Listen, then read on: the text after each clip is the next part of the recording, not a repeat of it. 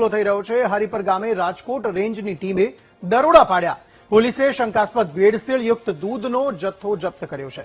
6 શંકાસ્પદ દૂધના ધંધાર્થીના રહેણાંક અને દૂધની ડેરી પર રેડ પાડવામાં આવી। કુલ 7150 લીટર શંકાસ્પદ દૂધનો જથ્થો જપ્ત કરાયો છે। 120 કિલો વનસ્પતિ ઘી અને 15 કિલો દૂધનો પાવડર જપ્ત કરાયો છે। શંકાસ્પદ દૂધના સેમ્પલ લઈ તેને તપાસ માટે મોકલાયા છે। સંવાદદાતા હિરેન આ અંગે વધુ માહિતી આપી રહ્યા છે। હિરેન, જણાવશો શું વધુ વિગતો? ચોક્કસ જણાવી દઉં કે જામનગર જિલ્લાના કાલોડ તાલુકાનું જે હરિપર ગામ છે ત્યાં શંકાસ્પદ જે દૂધનો જથ્થો છે તે ઝડપી પાડવામાં આવ્યો છે। આ દૂધ બનાવવાની જે ડુપ્લિકેટ ફેક્ટરીઓ હતી તેની સામે કાર્યવાહી કરવામાં આવી છે। 6 જેટલા ધંધાર્થીઓ છે ત્યાં દરોડા પાડવામાં આવ્યા।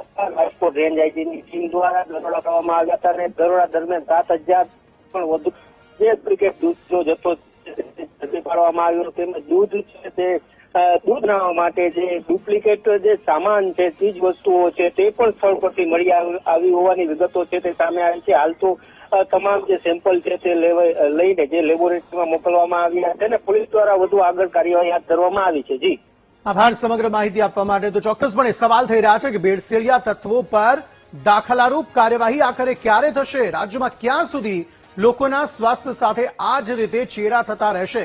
લોકોને ખાવાલાયક ચીજ વસ્તુ એટલે કે ખાદ્ય પદાર્થ જે ગુણવત્તાયુક્ત હોય, સ્વાસ્થ્ય માટે સારા હોય તેવી વસ્તુઓ ક્યારે મળતી થશે તેને લઈને સવાલ થઈ રહ્યા છે। અને આ પ્રકારના જે ભેળસેળિયા તત્વો છે તેમના વિરુદ્ધ દાખલારૂપ કાર્યવાહી ક્યારે થશે તે સવાલ થઈ રહ્યો છે। તો ને તો જ આ વસ્તુઓ જે છે તે અટકશે। લોકોના સ્વાસ્થ્ય જે જોખમમાં મૂકીને આ લેભાગુ તત્વો જે માત્ર નફો રળવાના આશયથી આ રીતે લોકોના સ્વાસ્થ્યને જોખમમાં મૂકે છે તેમના વિરુદ્ધ દાખલારૂપ કાર્યવાહી થવી જોઈએ, ફોજદારી કાર્યવાહી થવી જોઈએ તેવી સ્થાનિક લોકોએ માંગ કરી છે।